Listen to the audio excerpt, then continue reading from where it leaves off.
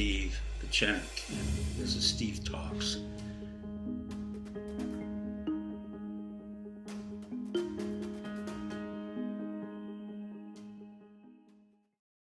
Hi, I'm Dr. Pachenik, and this is Steve Talks.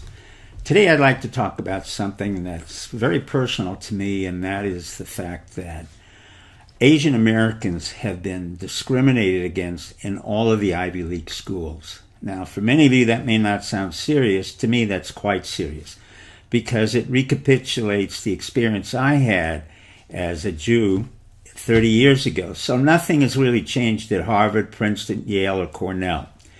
Let me give you the facts and statistics concerning Asian Americans.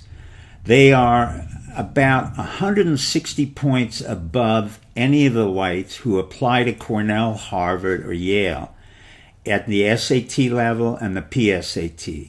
What that is considered in the Ivy League school, that is considered the Asian tax. That means in order to just apply as an American Asian, that means you have to score between 140 and 160 points higher on the SAT, PSAT. On top of that, you have to be at the top of your class, you have to have a 4.0, and you have to do something exceptional, like be a flautist in the orchestra or the director of the orchestra and the head of the debating society. Apparently, the New York Times talked about one young man who didn't get into Harvard, Yale, Princeton, and Cornell because he was all of those things, and he was disappointed because he believed in the American meritocracy.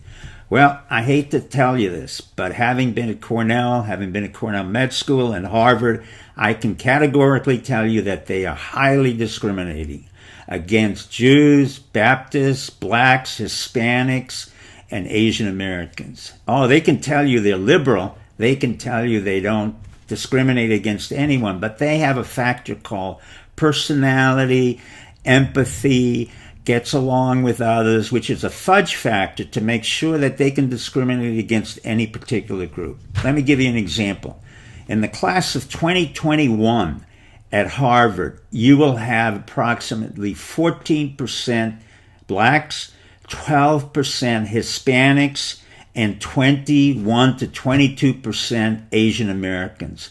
Now that's absurd, because the Asian Americans at MIT or Purdue or any engineering school dominate that school by 50%. So you already know there's discrimination going on among those schools in the Ivy League. I happen to know that's true. When I went to Cornell in 1960, graduated in 1964, there were fewer than 10% of the Jews in a class of over 1,000.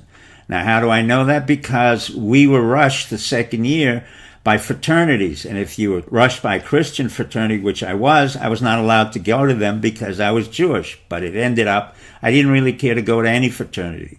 The point of the fact was, at that particular point in time in 1960s, I had won a New York State Regent Scholarship. So 800 out of 2 million people in New York State, we could decide where we wanted to go. So Cornell had no choice in my being and selecting them to be my school. I really learned very little at Cornell. 4 years was a waste of time.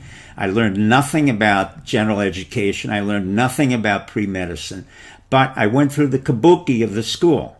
Then, in order to go to Cornell University Medical College, which was number one in anti-Semitism in New York City at Cornell University Medical School, or New York Hospital, I again scored high on the New York State Medical and Dental Regency exam, so I really came in again with my own scholarship and my own tuition. So I could choose them. The point of fact in this whole system is that you, an Asian American or Hispanic or black, you have to game the system of education. You're not going to learn anything. What you have to do is get the grades and control the process in which you're in. Let me quote to you Madonna, who said the following: "You may consider me ambitious, you may consider me ruthless, and you may call me a bitch. That's how you discriminate against me. But you know what? That's okay. And for me, that's also okay. Good night and good luck."